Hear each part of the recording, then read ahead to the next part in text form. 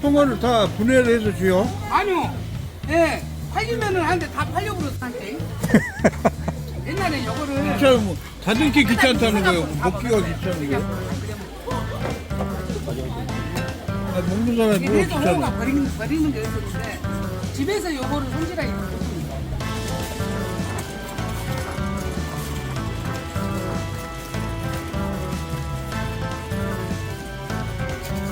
이거 참아보세요. 네, 한번 신기해서.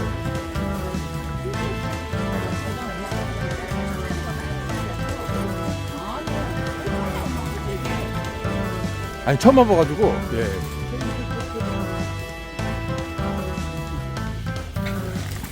금요시장.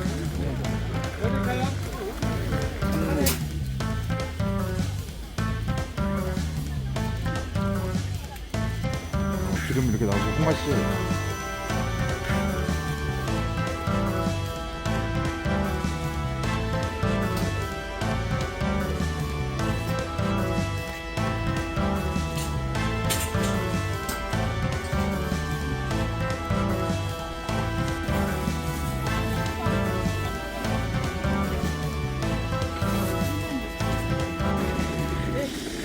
아따 내가 해주고 싶네. 정보네 그것은. 아주 좋은 정보야.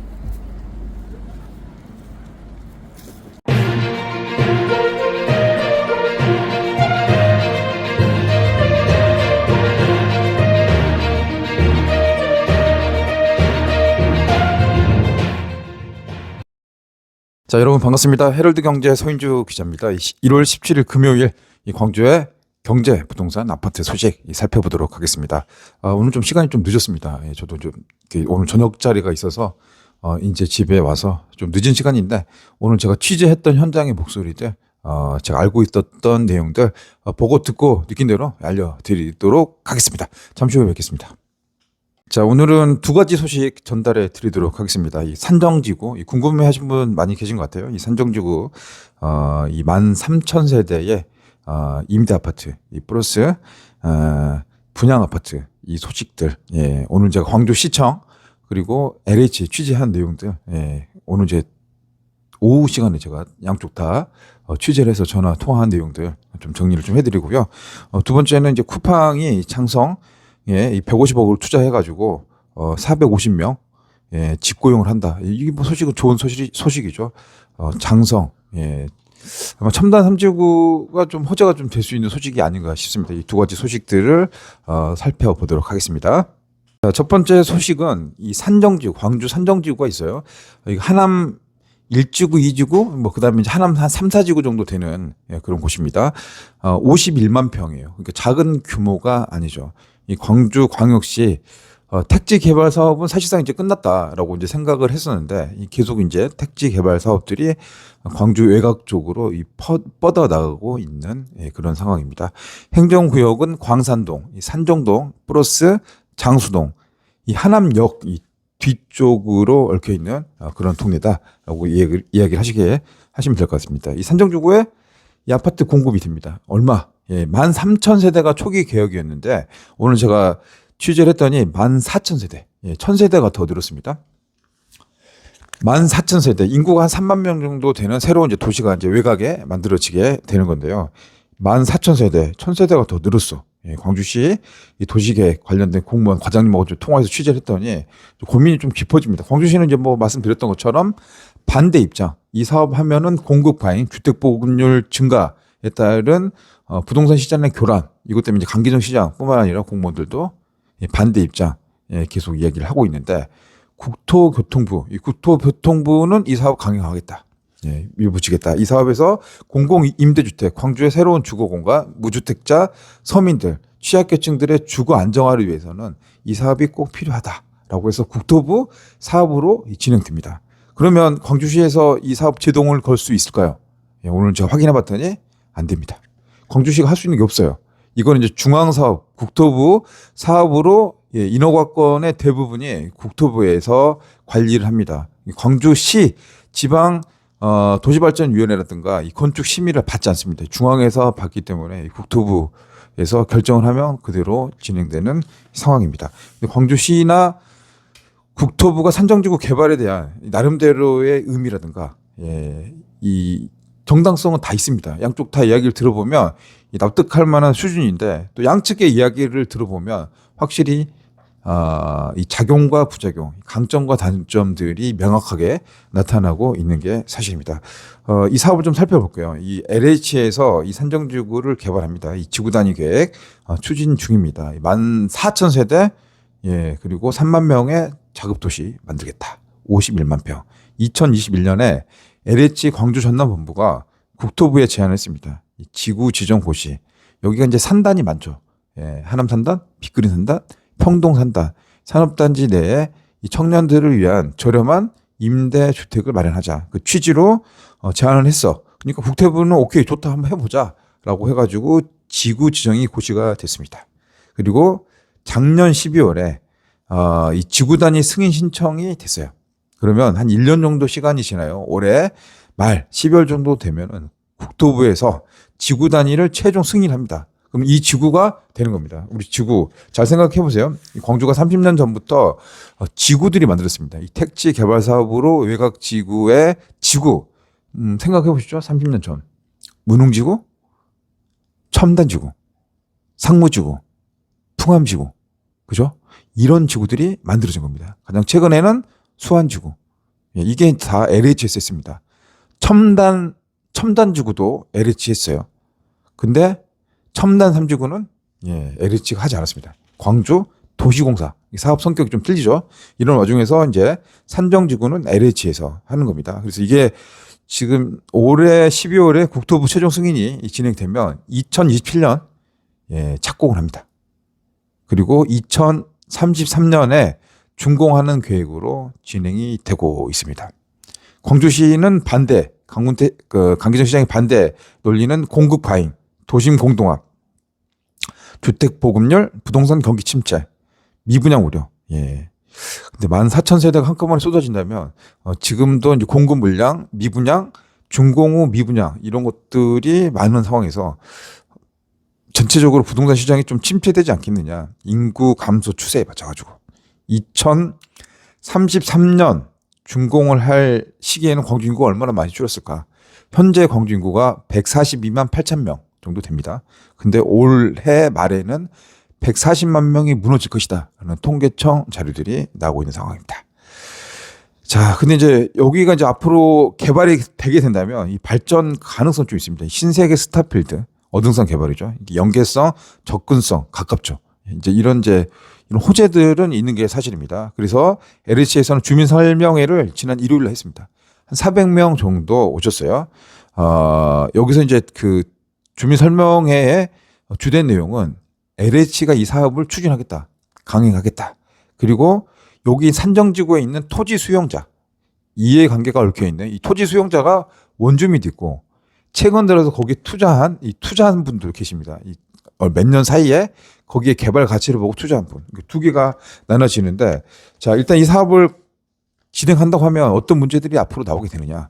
이 보상. 이게 이제 나라에서 개인이 갖고 있는 땅을 수용을 한 겁니다. 이 토지보상법에 의해서 수용해서 싹 밀어버리는 거죠. 그러면서 이제 아파트라든가 이런 사업을 짓는 사업인데, 원주민들은 이제 쫓겨날 우려가 있는 겁니다. 여기 살았던 원주민들, 이제 연세가 있으신 분들, 원래 터전으로 갖고 있던 이 땅 주인들은 고향 땅을 떠나야 되는 이제 그런 상황에 처하게 되니까 이 사업 자체를 아주 그냥 반대하는 분도 계십니다. 원주민들. 나는 딴 데 갈 데가 없어. 여기서 가면은 보상 받아가지고 다른 데 옮길 수 없고 우리 조상 대대로 지켜왔던 이 땅에서 나는 살고 싶습니까? 이거 하지 마세요. 나는 여기 살고 싶다.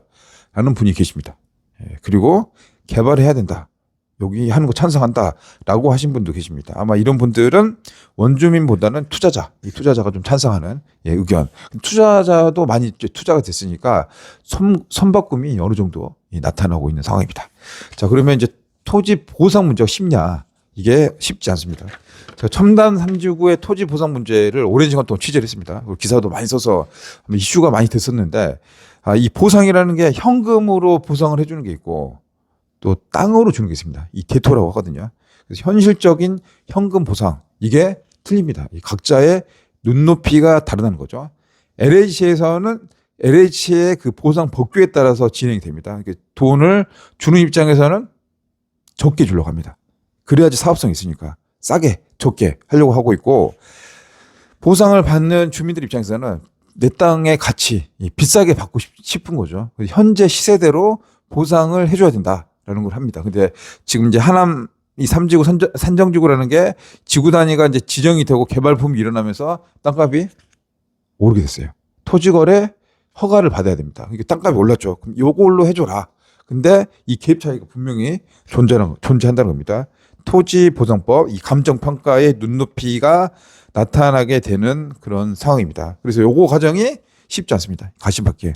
분명 여기서도 비대위가 쪼개집니다. 나오게 됩니다. 비대위. 원주민 비대위, 그 다음에 투자자 비대위인데 각자 처한 상황이라든가, 이 투자 성향, 자본의 논리들, 이런 것들 때문에 이 사람들이 수없이 많죠. 토지 소유자들이 많은데 똑같은 걸로 하나가 묶을 수가 없습니다. 그러다 보니까 이게 쪼개지고 나눠지고 이 사이에서 이 반목과 갈등이 일어나는 게 실제 제가 경험해봤던 그런 상황입니다. 첨단 3지구 제가 이거 개발 토지 수용할 때 취재를 했더니 여기는 이제 대체기가 만들어졌고, 이 대체기가 쪼개지면서 이제 비대위가 만들어지고, 또 비대위가 또 쪼개지면서 또 다른 비대위가 만들어졌습니다. 사람이 많으니까, 사공이 많으니까 배가 산으로 가는 그런 상황이 펼쳐지게 됐습니다. LH는 이 다음 설명을 한 번 더 해요. 6월에 이제 설명회를 한 번 더 하겠다. 대토라든가 이주자 택지, 지작물 보상, 토지 수용 이제 보상. 이게 지작물 보상이라는 게 나무, 묘목. 그래서 묘목이 조그만 묘목들이 많이 심어졌어요. 여기 군데 투자하신 분들이. 그래서 이제 보상을 받겠다라고 하는데, 이제 기준점에 따라서 이게 보상이 될 수도 있고 안 될 수도 있고. LH 보상팀. 이제 LH는 이 보상에 대한 업무 이해도가 높죠. 이런 레퍼런스, 이런 사업들 많이 해봤기 때문에 이 주민들은 처음이고, LH는 이제 어떻게 보면 강자죠. 많이 경험해본 전문가다. 예, 그래서 이제 엇갈린 이해관계를 이제 풀어내고 통합을 하는 게 쉽지 않을 것 같습니다. LH 광주전남본부. 현재 본부장은 정수미 본부장님이십니다. 여자분이세요. 지역경제 발전이라든가 주거 안정을 위해서 이 사업을 추진한다. 80년대, 90년대 LH가 두암지구, 하남지구, 문흥지구, 일곡지구, 풍암지구, 첨단지구, 수안지구, 선운지구, 효천지구 이거 다 만들어서 주거 안정에 기여를 했으니까 산정지구도 꼭 필요한 사업이다. 밀어붙이겠다. 라는 이제 입장에서 이렇게 진행이 됐습니다. 오늘 광주시의 담당 과장님 제가 취재하고 양쪽 다 이제 통화를 해서 관련된 내용들을 했는데, 현재 광주시의 주택 보급률 104%, 실질적인 거는 한 120%의 체감 보급률 갖고 있는 그런 상황입니다. 광주시는 무조건 안 된다. 이거 안 된다. 이렇게 하면 큰일 난다. 그래서 이제 국토부가 공동주택 특별법으로 이 사업을 밀어붙인다고 하지만, 광주시는 협의 과정에서 이 반대 의견을 내서 이 사업에 대한 이 조정이라는 게 지구 단위가 완전히 없어지기는 힘들 것 같아요. 이 사업은, 산정지구 사업은 갈 것 같은데, 지금 이제 분양 세대 수가 14,000세대, 1,000세대가 더 늘어서 하는 거는 광주의 부동산 시장으로 봤을 때는 문제가 있다. 그래서 이거를 단계적으로 조정을 하거나 이 공급량을 줄이거나 하는 것들을 진행을 하게 될 것 같습니다. 자, 이 14,000세대 제가 이제 오늘 확인했습니다. 14,000세대를 어떻게 공급할 거냐. LH가 시행사다. 이 국토부가 승인권자인데 이 사업 14,000세대는 어떻게 될 건가. 일단 임대주택. LH의 임대주택이 7,000세대 정도 됩니다. 7,000세대. 예, 그리고 민간에서 공급되는 아파트가 6,800세대입니다. 하남 넘어서 산정지구에 민간 아파트가 6,800세대라는 소리죠. 그러니까 LH가 땅을 팔면 이 사업 땅을 사가지고 여기서 짓는 그런 건설사들이 나올 수 있다는 거죠. 이게 누가 될지 모릅니다. 예, 뭐 제일 풍경채가 될 수도 있고, 호반 서비스 될 수도 있고, 현대 힐스테이트나 아이파크 뭐 이런 게 될 수도 있는 겁니다. 근데 이게 세대수가 6,800세대 적지 않죠. 단독주택이 200세대. 예, 그래서 현재 상황은 이 정도로 진행됐습니다. 물론 이게 확정된 내용은 아닌데, 현재 이제 이런 상황에서 지역 여론들 반영해서 LH가 이 사업에 대한 이 변화라든가 조정, 최종 이제 그 결과들은 올 연말 정도 나오지 않을까 싶습니다. 이 산정지구 개발 아마 찬반 논란이 뜨겁게 나오고 있는 그런 상황인데, 여러분은 어떻습니까? 찬성입니까? 반대입니까? 찬성 1번, 반대 2번. 자, 다음은 이제 일자리 소식입니다. 일자리. 예, 일자리가 많이 만들어져야 됩니다. 지방이 소멸되고 있고 청년 인구들이 많이 떠나고 있는 상황에서 우리 젊은이들이 일할 수 있는 일자리, 양질의 일자리 필요하다. 그래야지 서울 안 가죠.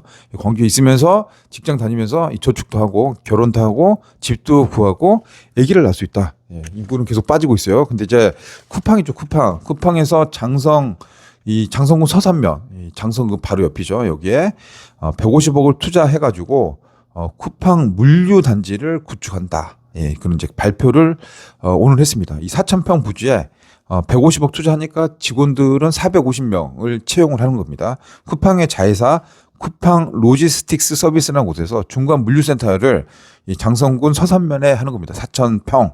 이 고속도로 접근성이 높다 보니까 이 장성은 사실은 이제 물류의 거점, 핵심. 3단 3지구의 진원면 아파트 세대수가 되니까 이거 1만 명 정도 인구가 유입이 됩니다. 장성군이. 그럼 장성군은 사실은 이제 어부지리가 되는 거죠.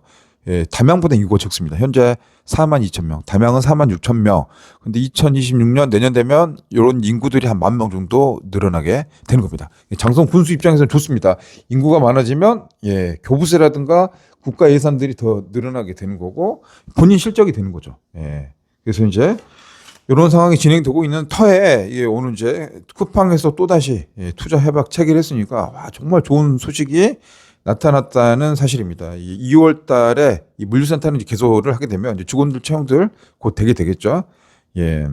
어제도 말씀드렸다시피 이제 광주 권역에 이 통합 논란, 이 통합 논의들, 행정구역 통합이 나오는데 이제 광주 담양 이제 이야기가 좀 나오고 있고 근데 이제 결과적으로 봤을 때 이거나 광주가 특정한 군에 대해서 하나만 할 수 있는 건 아닌 것 같고요. 광주의 주변에 5개 뭐 시군이 있습니다. 나주시, 뭐 담양, 장성, 화순, 한평 이런 것들이 전반적으로 같이 논의가 돼야 되지 그렇지 않고 하나만 하긴 사실 좀 어렵지 않느냐 싶습니다.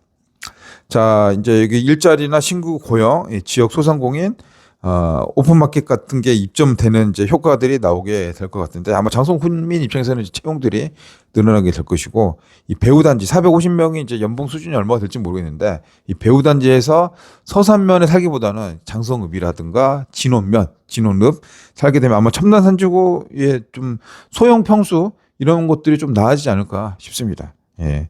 자, 오늘은 이제 2가지 소식 전달해 드리고 예, 시간 좀 늦었으니까 바로바로 이렇게 해가지고 여러분과 함께 나누도록 하겠습니다.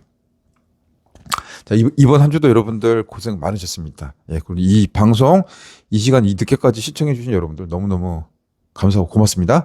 자, 주말 잘 보내시고요. 저는 다음 시간에 찾아뵙도록 하겠습니다. 예, 구독과 좋아요는 사랑입니다. 고맙습니다.